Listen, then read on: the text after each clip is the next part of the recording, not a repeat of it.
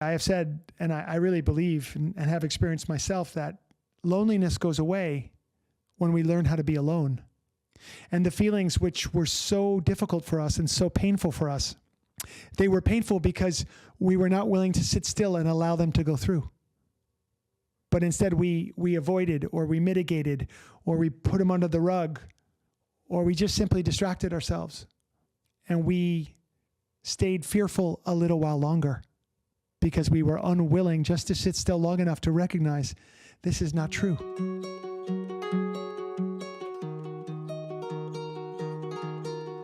All right, let's take a deep inhale together. And a full exhale.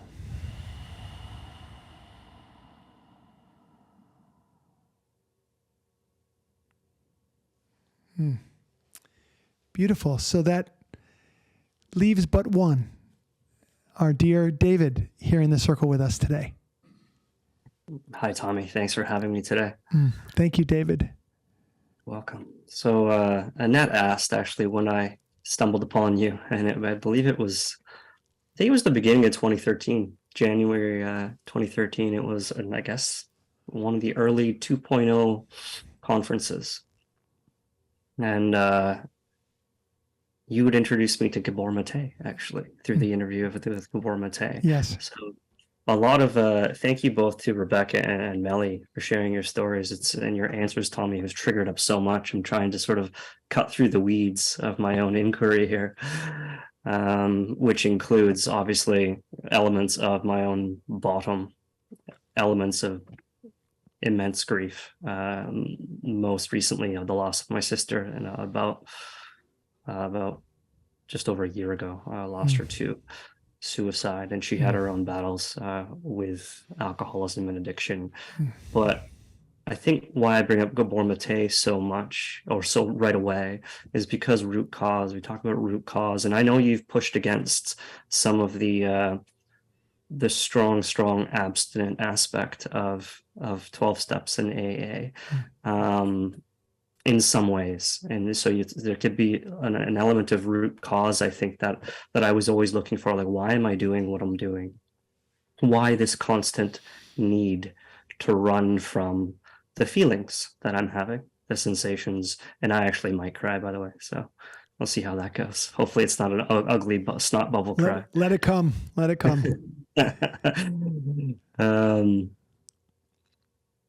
But one of the things I definitely realize is that I'm in all of the emotion, and grief I do consider the major leagues of the emotional states and processing. It's everything all jumbled into one. So the anger and the sadness mixed in with the grief is massive. And I'm having these moments frequently now where it's, I just don't even think I'm going to make it through. Like, I don't have what it takes to feel all that needs to be felt, to deal with all of the sensations of the body that need to be felt and processed and brought out. I just don't have what it takes. I wasn't given the tools. I wasn't given the developmental upbringing. I was just given this Band-Aid solution of addiction in its many forms, whether that be alcoholism. I'm British raised, so alcoholism is so within my ancestry. And then found marijuana, and my love affair of marijuana was very much like your own, Tommy. It just pervaded everything. And then I think of all of your 6 behaviors there, how technology has crept in so insidiously, that I move towards that now, to not feel, and just that death scroll, like, just give me something I can read, something I can watch, just give me something, so I don't gotta feel, I guess, what needs to be felt. And then the acknowledgements is right, all the 4 acknowledgements. Of course, the doubt, the negative thinking, and the procrastination, and all of those. And like, well, of course, yeah, those are prevalent right now as well. But the question that really got me, I think, in the room today, that Annette wanted, was something that you, I guess, either read or wanted to answer, was how important other men are, to hold space for other men in recovery. And my own father as stiff upper lip Brit, if you will. So there's not a whole lot of access there to hold space in ways that I need. Beautiful. And I was sorry, I was gonna cry there. I almost cried. But really that's it. I really think I need other men to be holding the space in for something that I lacked, and I still pine for it. And I don't know, I'm not knocking women. I've gone to women for comfort, whether they be friends, colleagues, therapists, significant others, whatever. My own sister, who's no longer here.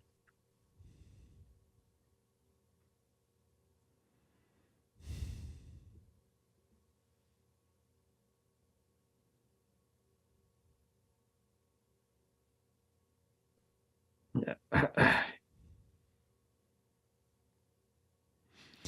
Being prepared. Yes. Yes. But I'm just wondering where to find men. Yeah. Okay. That's it, really. Yeah. Thank you. Thank you, David. So a lot comes up here in this inquiry for me. So first, I just want to just address that emotion is just emotion, energy in motion. And somewhere, sometime, long before the stiff upper lip Brit, we felt it advisable not to show it, particularly men.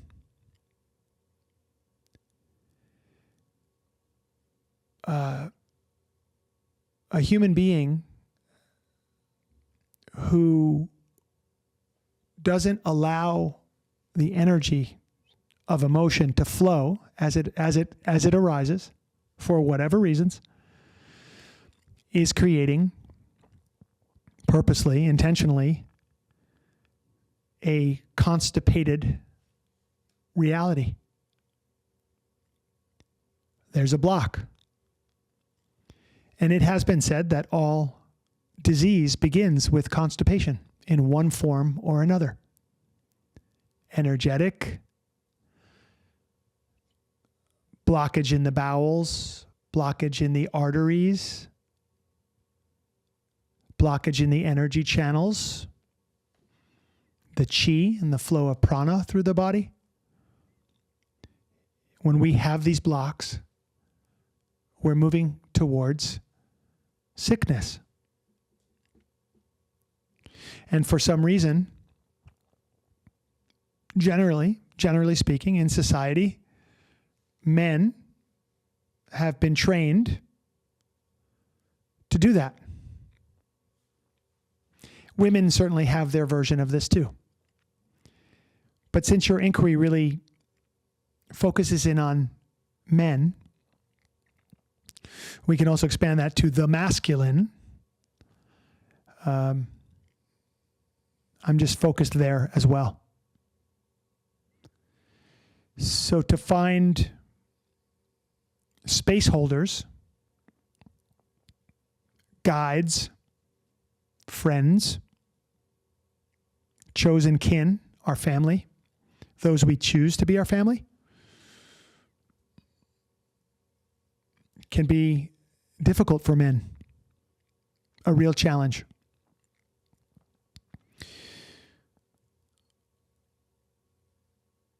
The path of discovery, which is how I refer to Recovery 2.0, what we're doing, is about showing up for emotion, showing up for life in whatever it presents, circumstantially, emotionally, spiritually, mentally, energetically.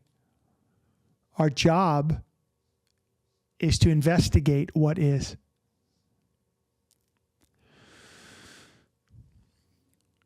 In the absence of a male guide for you or for anyone, one might be looking for that.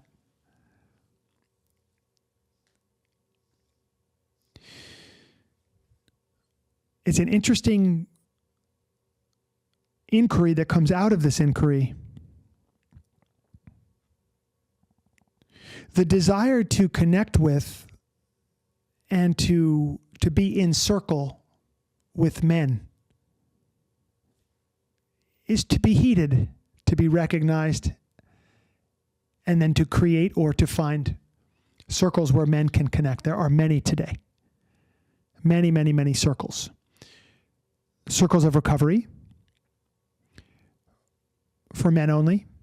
So Recovery 2.0, we have men's meetings, we have women's meetings, and then we have obviously, co-ed meetings for anybody. And beyond recovery, there are also many, many groups, many people doing men's work. Men's work. And then there's the work that you get to do with yourself as a man, which is also valuable, a valuable component here. And I'll speak about that in a moment. I will say on a very practical level, in my recovery, sitting in circle in meetings for years and years and years and years, 12-step meetings, there's no question that my behavior changed in a room where there were men and women versus being in a room where it was just men. The conversation is just different. The feeling is different. And me being someone who's very profoundly affected by female presence in my life, I know that I'm able to be and to express myself in a male forum in a certain way that would not be possible in a co-ed forum. Yes, I'm just checking myself as I say that, and I believe that to be true. So there's been this thing that sometimes I feel the need to be at a men's meeting, 12-step Recovery 2.0, whatever it is, and to connect with men and brothers around what's coming up for us in our life. Comparing notes, just as women do in their women's circles and women's gatherings. But I do want to say that there's no question that I'm different when I'm in a world where there are women and men in front of me versus just men. And I want to recognize that's important. When somebody like you comes to me and says, I would like to connect with, I would like to really connect with male space holders, I'm like, well, fantastic. Let's plug you into some of these meetings and let's plug you into some of these experiences to be doing men's work and to look at what's there and to investigate. Also, the good news is that you were born in this body and you have a masculine male perspective at your disposal 24/7. And so this brings up this interesting combination of putting myself in front of other men and also, in combination with that, beginning to work with myself as a man in conscious and intentional ways. And there's really, really something very important there. This inquiry began with an expression of grief and an expression of, I have felt that at times I don't know if I can get through this. I don't know if I can make it. And if in those moments there was no one available and there was no escape hatch and it was just you, And you had to figure a way through it. You had to survive it. You had to get through it. But there was no one there to guide you and no one there to assist you, but there was no way you could get out of it either. There was nowhere to go. You couldn't kill yourself. You couldn't leave. You couldn't, it was just you and you.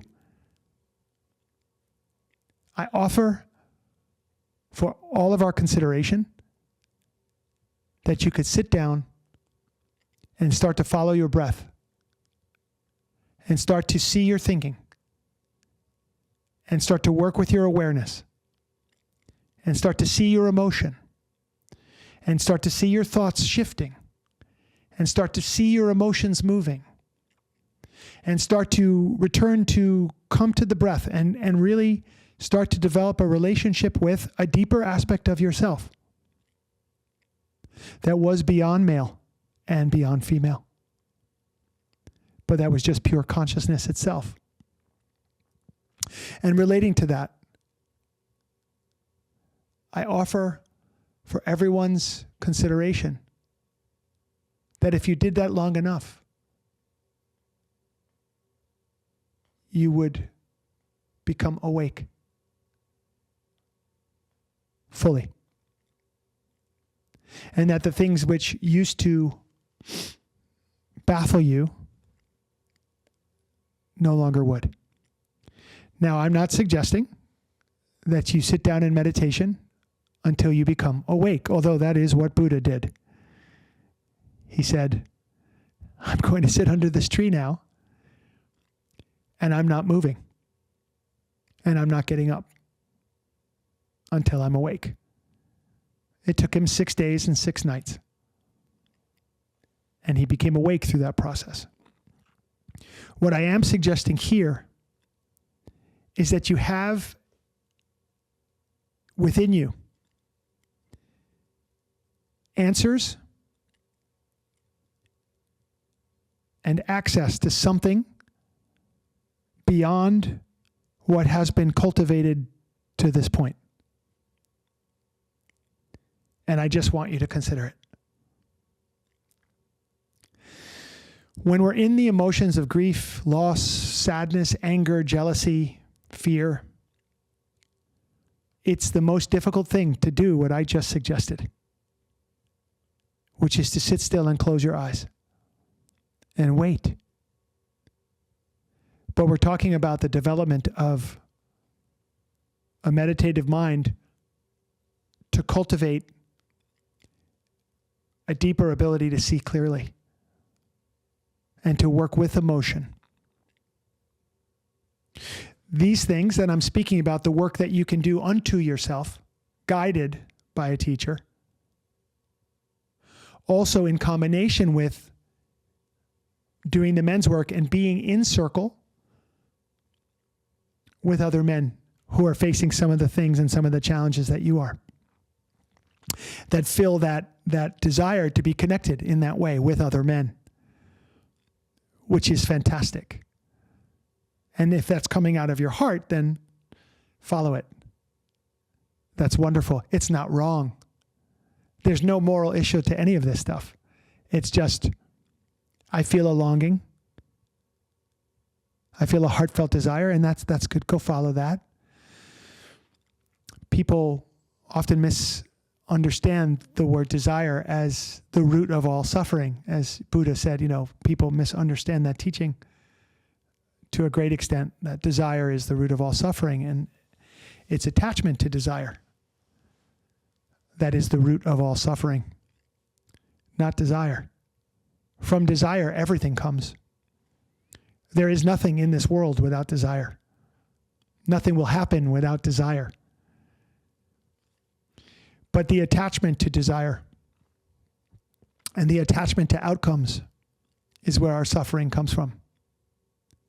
So we're in that difficult emotional state. It's very difficult to sit still and close our eyes and be with exactly what is and investigate, what is this emotion? What am I feeling? Truly, I have said, and I really believe and have experienced myself, that loneliness goes away when we learn how to be alone. And the feelings which were so difficult for us and so painful for us, they were painful because we were not willing to sit still and allow them to go through. But instead we avoided, or we mitigated, or we put them under the rug, or we just simply distracted ourselves. And we stayed fearful a little while longer because we were unwilling just to sit still long enough to recognize this is not true. This is not true. So I would ask you, David, if you want to be any more specific in speaking about this desire to connect and how to, how to find men in recovery, or if there's any aspect of this question as yet unanswered, because it's a big one. And I do see the relevance and the importance for me as a man to connect with other men in recovery and to be able to discuss things that we can discuss about our bodies, our sexuality, our sensuality, the things that are difficult for us, the way that we show up in society. Yes, very important conversations to have with other men, for sure. But what comes up for you, if anything, from this exploration? Thank you for that, Tommy. It's very helpful. I think the biggest, because of that loss, I think it's a kind of uncovering a bit of that father wound, I think, in me, right? So this thing that was missing as a boy, as a child, whatever, that is just continuing to be this missing thing.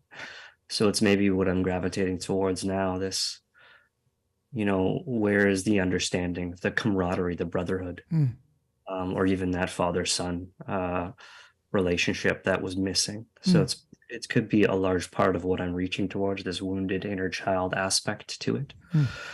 But it's also just,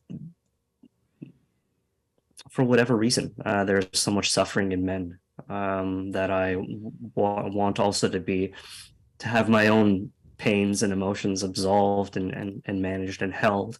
But I also want to be part of what I see as a problem. I want to be a part of the solution. So how do I find men that want to gather and talk about things that aren't just sports or crude jokes or whatever lighthearted jokes, things that men do, without it being all about that too. I know there has to be this sort of balance. Like I'm not looking to be around men and just be crying in each other's presence, but I want to be okay with that to happen. And and I think in a lot of spaces and circles where I've gone, that's not been okay. Even if someone says that it is, then there's this element of like, oh, if someone cries, there's no space holding. And we're going to try to change that expression of you because we lack the comfort of a bit of ourselves. And I think that's what I'm looking for, is like, first of all, my own comfort to hold that space well for men, which I think I can do. But also to find other men that can unequivocally hold that container and then explore and hold space for each other. So we stop looking to things that are damaging us to cover up all of that. I just so appreciate what you just said so much. I need to comment on it a little bit, if that's okay. Please. It won't be a shock to anybody for me to say that I don't appreciate much of what I find in the mainstream. So we break up that word mainstream. The main place where ideas and actions stream. It's not a place that I am comfortable. I never have been. Ever. And I find that there's a group of people, a large one, but not as large as what happens in that mainstream, but a large group of people who live outside of expected conventional ways of being. I would describe this group of people as deep, interested in something more than what's obvious. And I find myself highly, highly attracted to those people. And I find them attracted to me. We are attracted to each other. And I feel like they're recognizable to a great extent. Both sides. I can tell when someone's way of being in the world is just not my preference. And I can tell when somebody's way of being in the world is. And I really gravitate and consciously gravitate towards those people. I'm interested in people who think differently, who think for themselves. I'm interested in people who are above the influence of the mainstream, who have somehow managed to draw themselves away from its gravity, to be able to think for themselves, and to feel, and to explore. It's the return of spontaneity, authenticity, and creativity, which the mainstream makes so difficult for people. You are one of those people. I recognize you.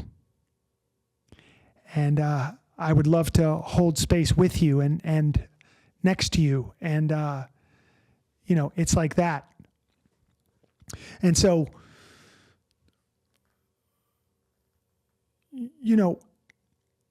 everything everything is just made up. And we've all agreed to participate in what's happening here because we've made that agreement or not. And there's a group of us who are seeing what's going on and who have said, peacefully, not my preference. And I'd like to find other people who would say the same thing about the mainstream. It's just not my preference. Now, there's nothing wrong with, football and sports and soccer. Right now, the World Cup, it's all the rage all over the world. It looks like fun. It looks amazing. And I could go there and be in the stadium and I could really get into it for a day. But it's just not my thing. It's just a thing. It's a wonderful thing in the world that takes place. And it's just not, it's like I'm somewhere else. I don't know what to say. And there are people for whom that is their life and it means everything in the world. And I love a lot of those people. And I just know I'm going to lose them for this 6 or 8 week period of time, every couple of years, whatever it is. And, but I guess what I'm saying is,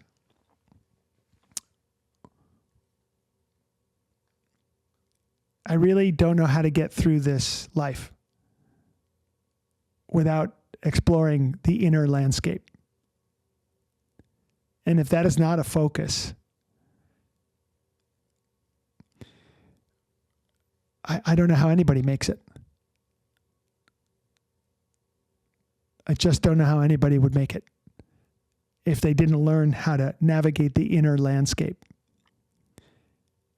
And so you have so thoughtfully and lovingly brought up the importance of that and the lack of it and the lack of availability of that in men to a great extent. But I know that and I'll just reinforce for you and myself that there are millions and millions and millions of men who are interested in what's real, who are not interested only in, I could say some very coarse things about the way certain men treat women or speak about women and the whole thing. And there's more to it than that. And it's interesting to me to get to the more to it part. Anyway, I don't know how that's going to come off for people, but I said it and I felt it and well, there it is. So anyway, I'm grateful to you, David. Thank you for what you shared. And I appreciate your exploration and your effort so much.